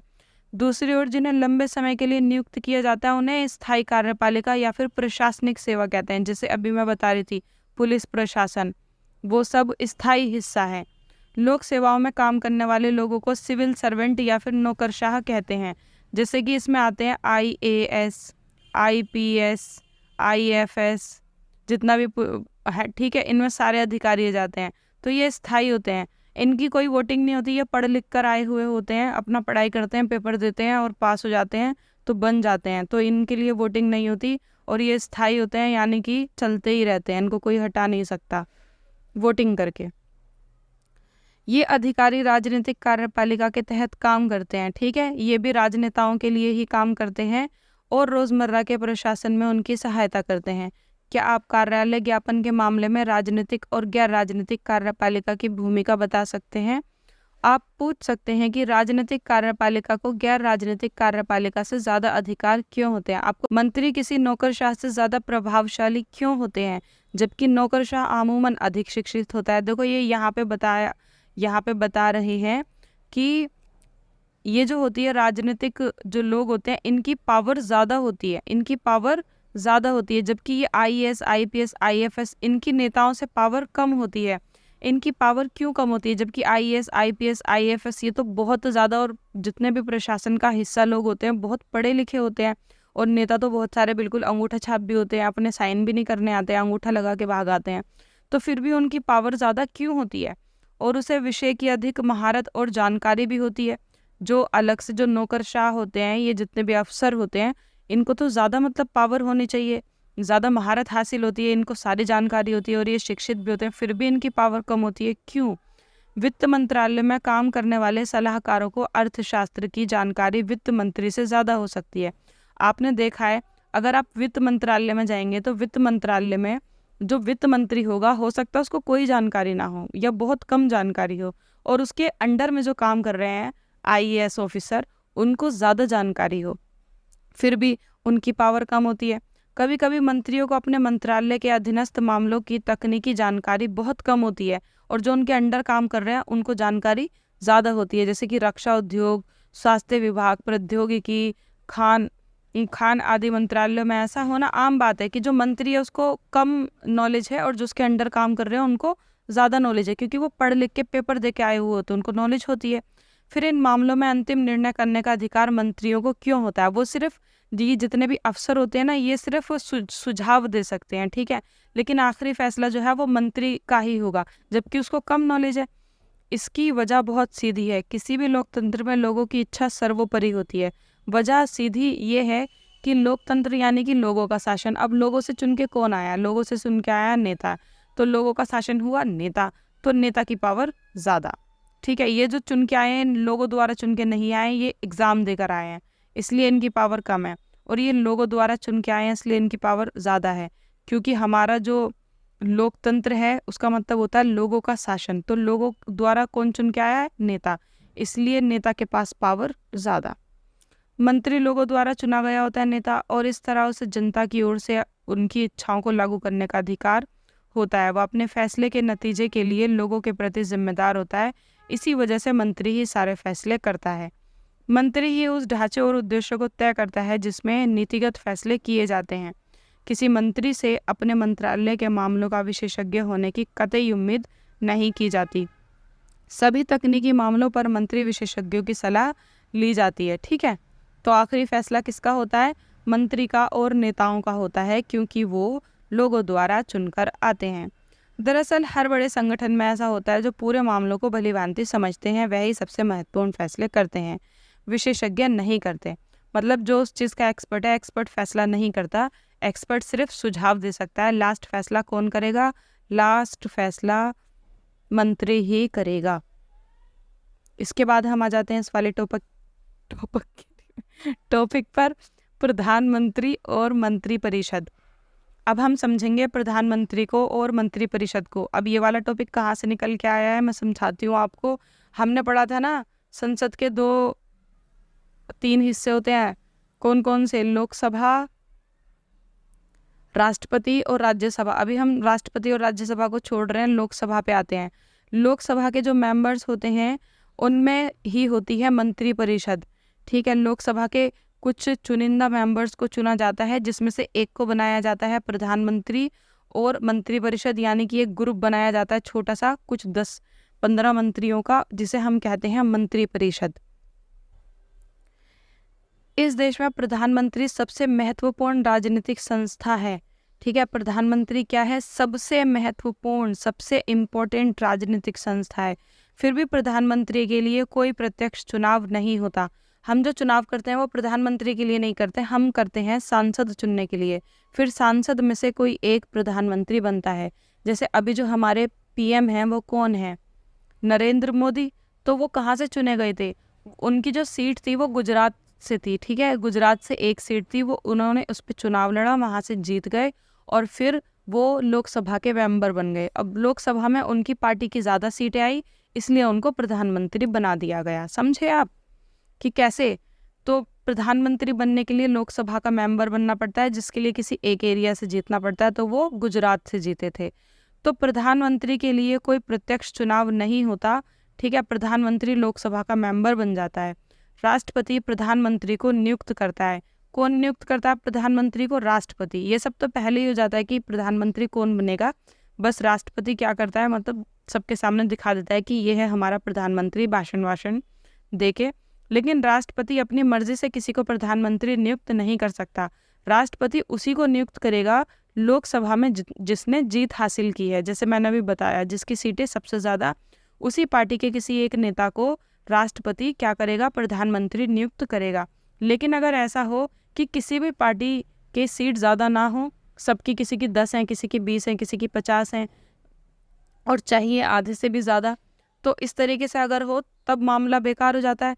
तो तब क्या होता है कि बहुत सारी पार्टियां आपस में मिल जाती हैं और मिलकर अपनी सरकार बनाती हैं। तब राष्ट्रपति उस पार्टी में से किसी एक को नियुक्त कर देगा, ठीक है। तो जब ऐसी पार्टी जब मिलजुल के सरकार बनती है, उसको हम गठबंधन सरकार कहते हैं, और उस नेता को गठबंधन पार्टी का नेता कहते हैं। समझ में आया आपको गठबंधन सरकार क्या होती है? जब किसी की भी सरकार नहीं बनती और बहुत सारी पार्टियां या कुछ पार्टियां आपस में मिल जाती हैं और मिलकर सरकार बनाती हैं, तब हम उसको गठबंधन सरकार कहते हैं। प्रधानमंत्री को नियुक्त करने के बाद राष्ट्रपति प्रधानमंत्री की सलाह पर दूसरे मंत्रियों को नियुक्त करता है। अब जैसे बहुत सारे मंत्री होते हैं ना, जैसे कि गृह मंत्री और विदेश मंत्री, शिक्षा मंत्री, तो इन सबको कौन नियुक्त करेगा? तो पहले प्रधानमंत्री को राष्ट्रपति नियुक्त कर देता है, फिर प्रधानमंत्री राष्ट्रपति ही प्रधानमंत्री की सलाह पर, यानी कि दोनों मिलके बाकी मंत्रियों को नियुक्त करते हैं। मंत्री अमूमन उसी पार्टी या गठबंधन के होते हैं, ठीक है। जो पार्टी जीती है उसी पार्टी के सारे मंत्री बनते हैं, जिसे लोकसभा में बहुमत हासिल हो। प्रधानमंत्री मंत्रियों के चयन के लिए स्वतंत्र होता है, बशर्ते वे संसद के सदस्य हों। तो प्रधानमंत्री की मर्जी होती है, वो किसी को भी मंत्री बना सकता है, बस वो संसद के सदस्य होने चाहिए। लेकिन होता क्या है कि वो अपनी ही पार्टी के लोगों को हमेशा मंत्री बनाते हैं। दूसरे पार्टी के लोगों को मंत्री क्यों बनाएंगे भाई, जब वो उनकी पार्टी के हैं ही नहीं। कभी कभी ऐसे व्यक्ति को भी मंत्री बनाया जा सकता है जो संसद का सदस्य नहीं होता, यानी कि लोकसभा या राज्यसभा का सदस्य नहीं है। तो उस ऐसे में उसको क्या करना पड़ता है, पहले ही मंत्री बना दिया, लेकिन उस व्यक्ति का मंत्री बनने के 6 महीने के भीतर ही, जैसे कि वो अगर मंत्री बन गया तो 6 महीने के भीतर ही उसको किसी देश में से किसी एक सीट से चुनाव लड़ना होगा और वहाँ से जीतना होगा, नहीं तो उसको मंत्री पद से हटा दिया जाता है, ठीक है। कैबिनेट मंत्री, कैबिनेट मंत्री क्या होते हैं देखिए यहाँ पर समझिए। हमने यहाँ पे समझा कि एक होती है मंत्री परिषद जिसमें सारे मंत्री होते हैं, और होता है प्राइम मिनिस्टर यानी कि प्रधानमंत्री। अब इसमें से ही कुछ इम्पोर्टेंट मंत्री होते हैं, यानी कि वरिष्ठ मंत्री, जो बड़े बड़े मंत्री होते हैं। जैसे कि मान लीजिए 5 मंत्री ले लो, 5 बड़े मंत्री और प्लस प्राइम मिनिस्टर। तो जो बड़े बड़े मंत्री होते हैं और प्राइम मिनिस्टर, वो अपना एक अलग छोटा सा ग्रुप बना लेते हैं, छोटा सा लेकिन बहुत ही प्रभावशाली, यानी कि ज़्यादा जो ताकत है वो इन्हीं के ग्रुप के पास है। तो उसको कहते हैं कैबिनेट मंत्री, यानी कि जितने भी बड़े बड़े मंत्री होते हैं और प्राइम मिनिस्टर, वो सब मिलकर अपना एक ग्रुप बना लेते हैं, जिसे हम कहते हैं कैबिनेट मंत्री। तो यहाँ पे इस तरह कैबिनेट मंत्री परिषद का शीर्ष समूह होता है। इसमें करीब 25 मंत्री होते हैं। यहाँ तो मैंने आपको एवं ही मतलब बता दिया 5 मंत्री सिर्फ एग्जाम्पल के लिए, लेकिन ज़्यादातर इसमें जो है करीब 25 मंत्री होते हैं। करीब का मतलब ये है कि 24 भी हो सकते हैं, 26 भी हो सकते हैं, 25 के आसपास मंत्री रहते हैं कैबिनेट मंत्री में। तो ये बहुत ही ज़्यादा इम्पोर्टेंट मंत्री होते हैं और ज़्यादातर जो फैसले करते हैं वो यही करते हैं। इसके बाद इसे समझते हैं स्वतंत्र प्रभार वाले राज्य मंत्री। अमूमन छोटे मंत्रालयों के प्रभारी होते हैं, वे विशेष रूप से आमंत्रित किए जाते हैं, कैबिनेट की बैठकों में भाग लेते हैं। तो इन्हीं में से मतलब ये मंत्री परिषद थी ना, मंत्री परिषद लिख देती हूँ मैं यहाँ पे, ठीक है। यहाँ बहुत बच्चे कंफ्यूज होते हैं। मंत्री परिषद का ही एक हिस्सा होता है जिसको हम कहते हैं कैबिनेट, ठीक है, कैबिनेट मंत्री। तो ये हो गई कैबिनेट मंत्री, मतलब इसी का एक छोटा हिस्सा। फिर मंत्री परिषद का ही एक हिस्सा जिसे हम कहते हैं स्वतंत्र प्रभार वाले राज्य मंत्री। ये वो मंत्री हैं जो कैबिनेट मंत्रियों से जिनका दर्जा थोड़ा कम है, मतलब छोटे हैं। तो अमूमन छोटे मंत्रालय के प्रभारी होते हैं और विशेष रूप से आमंत्रित किए जाते हैं। कभी कभी इनको कैबिनेट मंत्री के रूप में भी बुला लिया जाता है।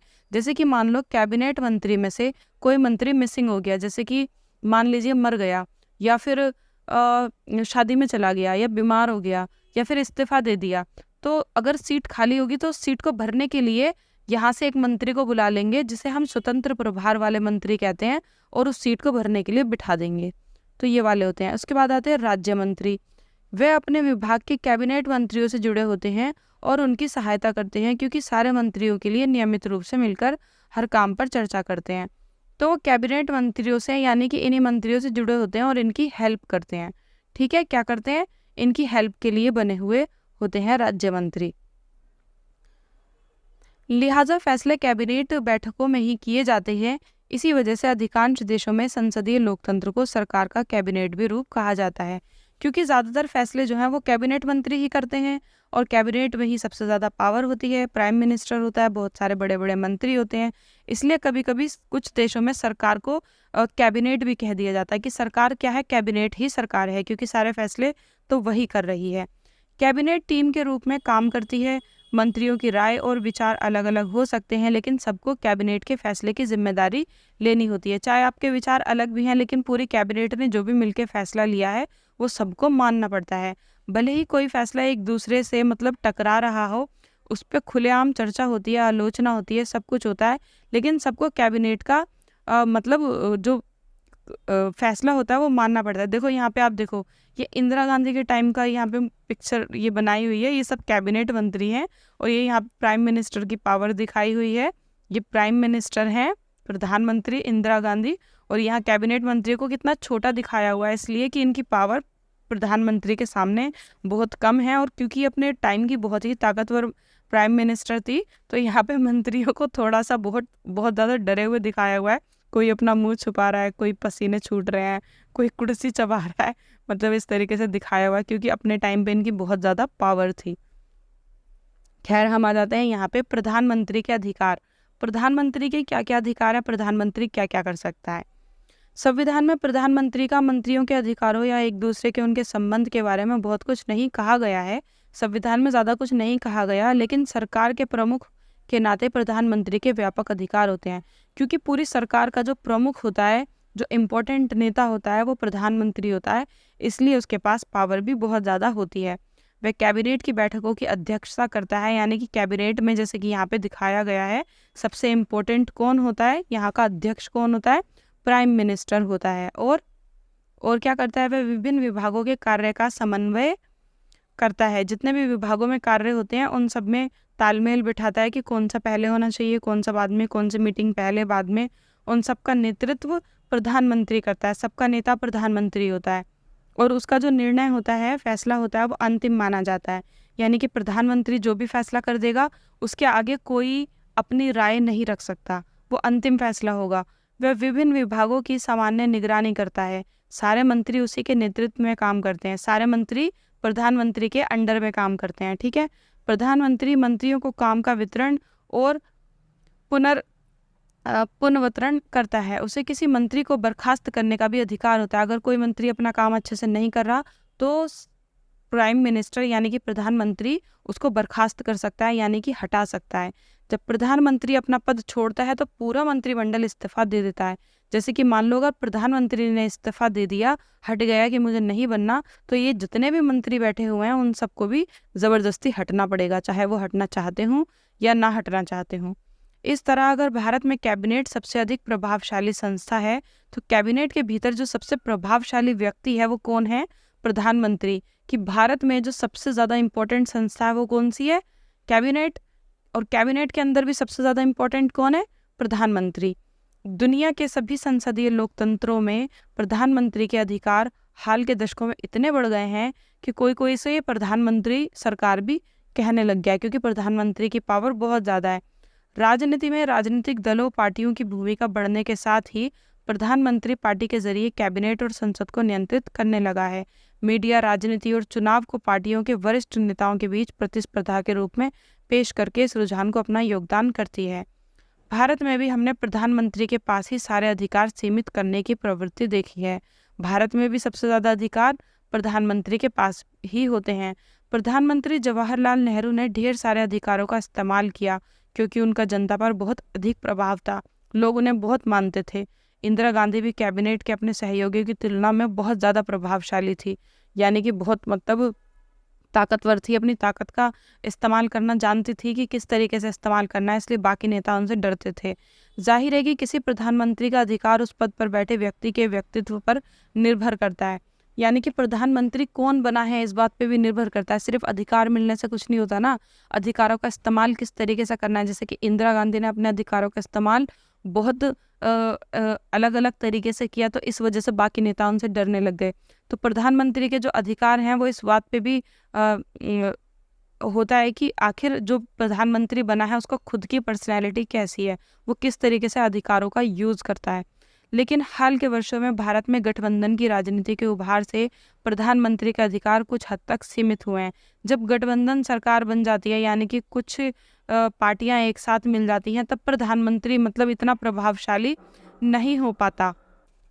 उसमें ऐसा इसलिए नहीं हो पाता कि जैसे कि जो प्रधानमंत्री है, मान लीजिए यहीं के एग्जाम्पल से हम समझते हैं, मान लीजिए अगर यहाँ पे गठबंधन सरकार होती, ये इतने नेता यहाँ से यहाँ तक मान लो एक पार्टी के हैं, यहाँ से यहाँ तक एक अलग पार्टी है और ये अलग पार्टी है।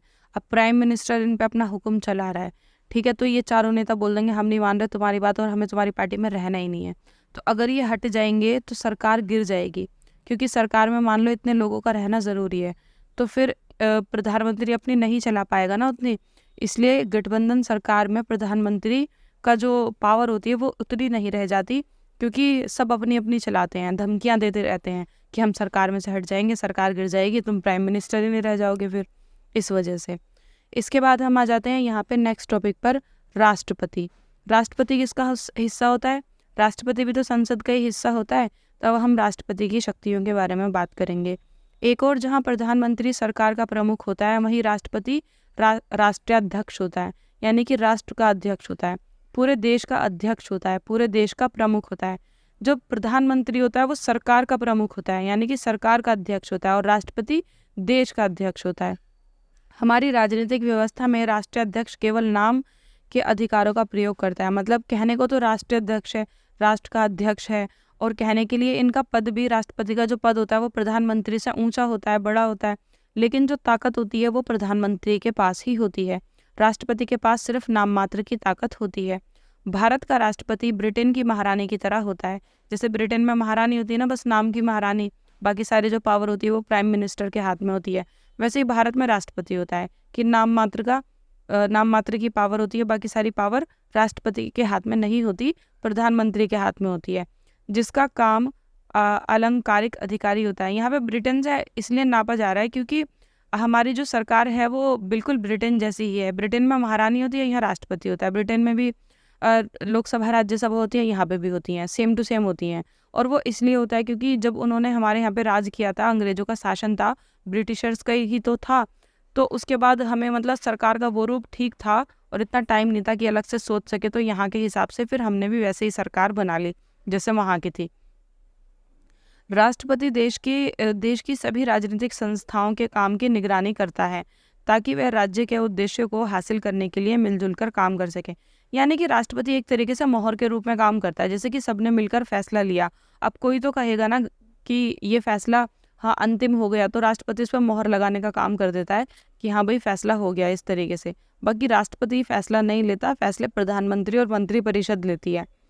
राष्ट्रपति का चयन जनता द्वारा प्रत्यक्ष रूप से नहीं किया जाता। आपने देखा होगा ना, प्राइम मिनिस्टर के लिए वोटिंग होती है लेकिन राष्ट्रपति के लिए वोटिंग नहीं होती, क्योंकि संसद सदस्य और राज्य की विधानसभाओं के सदस्यों से चुनते हैं। राष्ट्रपति को कौन चुनते हैं?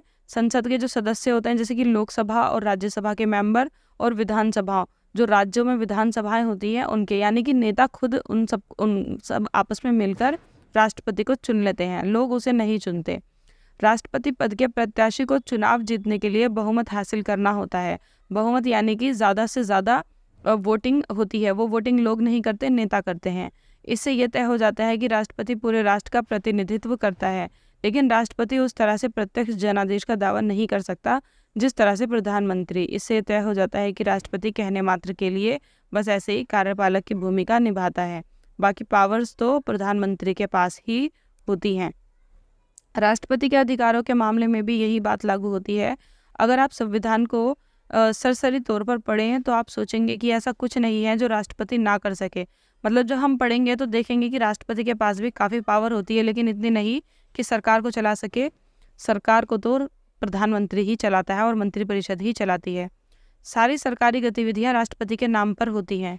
मतलब जितने भी कानून बनाए जाते हैं, बाहर कोई फैसला होता है, कोई भी नीतिगत फैसला होता है, देश में कोई दूसरे देश का प्रधानमंत्री आ रहा है, वो सब राष्ट्रपति के नाम पे ही आते हैं कि राष्ट्रपति ने निमंत्रण भेजा है, राष्ट्रपति बुलाना चाहते हैं, राष्ट्रपति भेजना चाहते हैं, तो राष्ट्रपति के नाम पे काम किए जाते हैं। राष्ट्रपति एक तरीके से मोहर का काम करता है। न्यायालय, राज्य के उच्च न्यायालय, न्यायाधीशों, राज्यपाल, चुनाव आयुक्त, दूसरे देशों के राजदूत को बुलाना, ये सारी काम मैंने अभी बताया। सुप्रीम कमांडर, सुरक्षा बलों का, जितने भी ये सारे काम होते हैं राष्ट्रपति के नाम पे किए जाते हैं, ठीक है। बाकी फैसले तो प्रधानमंत्री और मंत्रिपरिषद ही करती है। भारत का जो रक्षा बलों का सुप्रीम कमांडर होता है वो राष्ट्रपति ही होता है। भारत के जितने भी रक्षा बल हैं, जितने भी मिलिट्री फोर्स वगैरह ये सब है, उन सब का जो सुप्रीम कमांडर माना जाता है वो राष्ट्रपति को माना जाता है, ठीक है। लेकिन हमें याद रखना चाहिए कि राष्ट्रपति इन अधिकारों का इस्तेमाल मंत्रिपरिषद की सलाह पर ही करता है। मतलब मंत्रिपरिषद और प्रधानमंत्री सलाह देंगे तभी राष्ट्रपति काम करेगा। तो एक्चुअल पावर किसके हाथ में हुई? उन्हीं के हाथ में हुई ना, मंत्रिपरिषद और प्रधानमंत्री के हाथ में। वो तो सिर्फ एक तरीके का कठपुतली हो गया राष्ट्रपति, कि वो कहेंगे हाँ तो हाँ करना है, ना कहेंगे तो ना करना है। तो वो उनकी सलाह पर काम करता है, राष्ट्रपति खुद से कुछ नहीं कर सकता। राष्ट्रपति मंत्रिपरिषद को अपनी सलाह पर पुनर्विचार करने के लिए कह सकता है, यानी कि सलाह दे सकता है कि आप इस मामले पे दोबारा विचार कीजिए, ऐसे कह सकता है, लेकिन बदल नहीं सकता। लेकिन अगर वही दोबारा फैसला अगर वो दे दे कि नहीं बदलना, हमें ठीक करो इसे, तो फिर राष्ट्रपति को बाध्य है कि उसको वही फैसला करना मानना पड़ेगा और हाँ करनी पड़ेगी। जैसे अभी हमने लोकसभा और राज्यसभा में पढ़ा था कि लोकसभा जो बोलेगी राज्यसभा को करना पड़ेगा कुछ मामलों में, वैसे ही राष्ट्रपति के साथ भी है। इसी प्रकार संसद द्वारा पारित कोई विधेयक राष्ट्रपति की मंजूरी के बाद ही बनता है। अगर संसद से कोई भी कानून पास होता है तो लास्ट फैसला किसका होता है? राष्ट्रपति का। लेकिन राष्ट्रपति को हाँ ही करनी पड़ती है, ठीक है। मना करने के लिए राष्ट्रपति के पास वीटो की पावर होती है, लेकिन कभी उसका यूज़ हो जाता है और कभी नहीं होता। लेकिन वो पावर इतनी भी छोटी नहीं होती। अगर राष्ट्रपति उस पावर का यूज़ कर ले, यानी कि अपने पास ही रख ले, ना हाँ करे ना करे, तो इतने में सरकारें बदल जाती हैं और वो रखा का रखा ही रह जाता है जो भी विधेयक होता है। तो इतनी भी कम मत आंको कि बिल्कुल ही नाम मात्र का होता है राष्ट्रपति। बहुत सारी पावर होती है, लेकिन हाँ प्रधानमंत्री और मंत्रिपरिषद से बहुत कम। तो आप सोच रहे होंगे कि राष्ट्रपति फिर करता क्या है, बनाया ही हुआ क्यों है? क्या वो अपने विवेक से कुछ भी नहीं कर सकता? मतलब अपने दिमाग से कुछ भी नहीं कर सकता?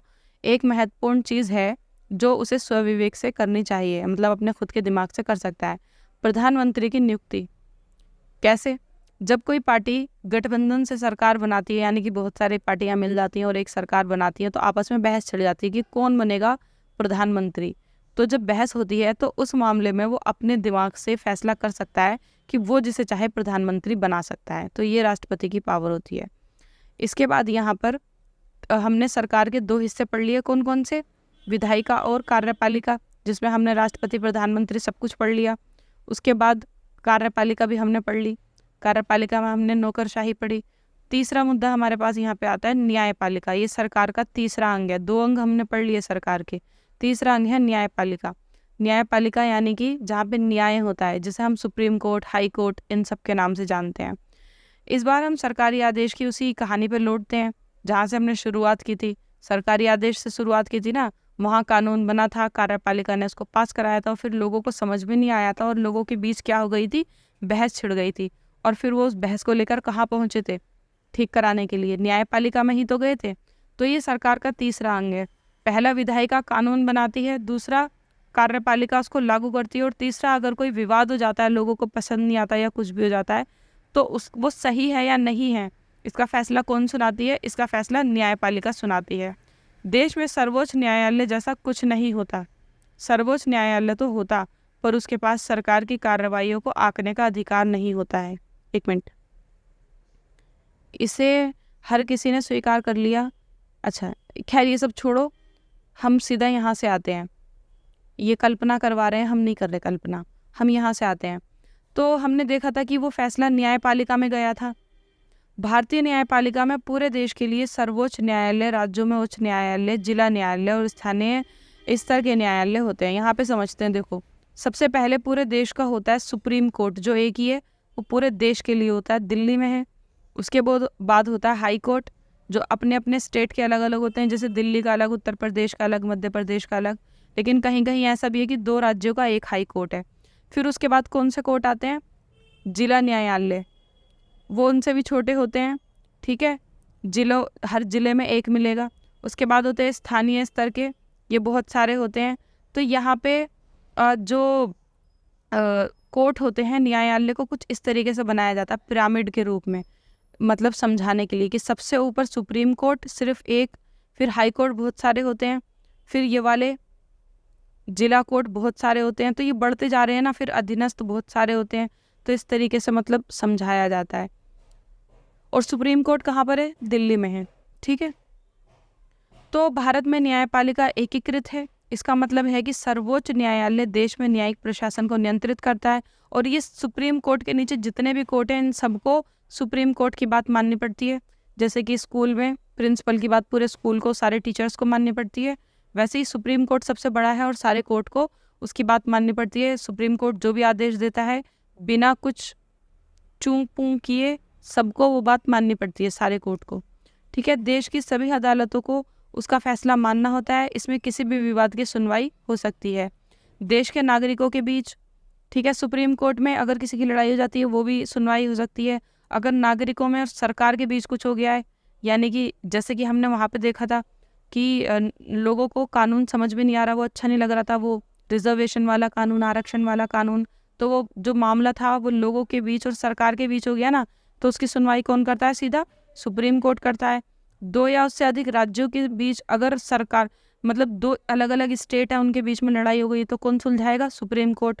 केंद्र और राज्य सरकार के बीच, अगर केंद्र सरकार के बीच, पूरे देश की जो सरकार है और किसी स्टेट की सरकार, दोनों में लड़ाई हो जाए तो कौन सुलझाएगा?